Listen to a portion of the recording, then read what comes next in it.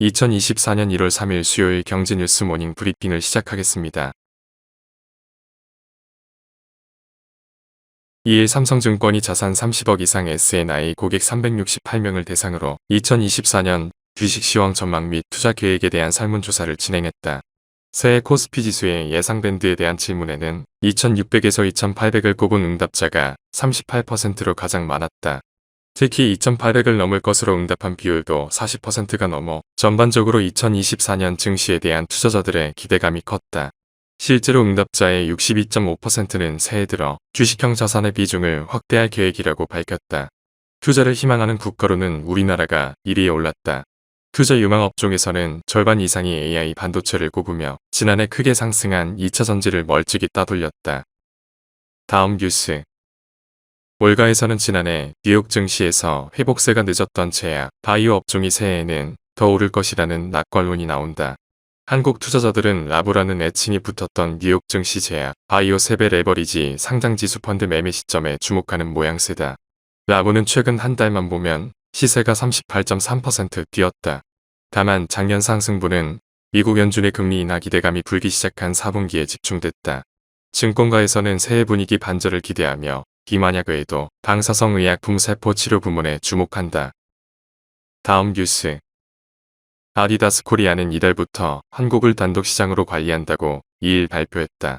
한국뿐만 아니라 일본도 별도 관리한다. 그만큼 한국 시장의 위상이 높아졌다는 방증이라는 해석이 나온다. 한국 시장에서 아디다스의 위상이 경쟁사에 밀리고 있는 상황도 감안한 것으로 알려졌다.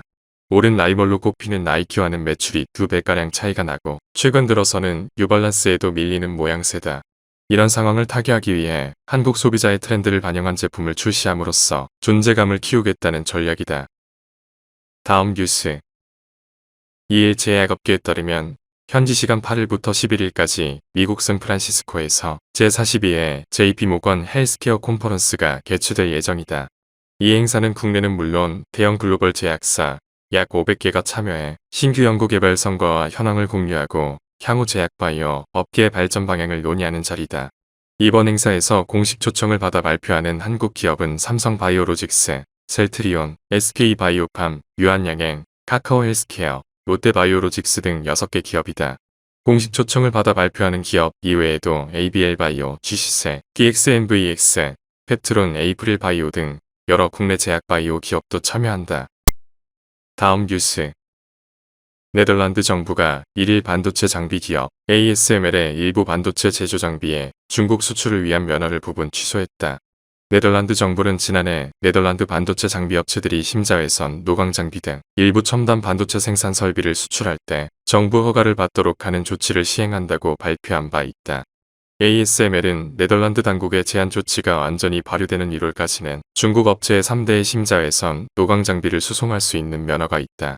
그러나 미국 관리들이 ASML에 사전에 계획된 일부 장비의 중국 수송을 즉각 중단할 것을 요청했다는 것이다. 다음 뉴스.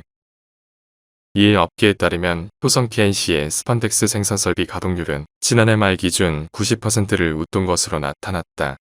석유화학 제품의 최대 수출국인 중국의 스판덱스 수요가 증가하면서 생산량을 늘린 것으로 풀이된다. 스판덱스 산업이 과점화에 들어선 점도 글로벌 점유율 1위 기업인 효성 TNC에 긍정적으로 작용할 것으로 보인다. 현재 경쟁력이 낮은 중소업체들은 스판덱스 설비를 폐쇄하고 있다. 중국 내 중소업체들이 줄줄이 가동을 중단하거나 설비를 폐쇄한 것은 2020년부터 경쟁이 심화돼 업계가 스판덱스 공급 과잉에 시달렸기 때문이다.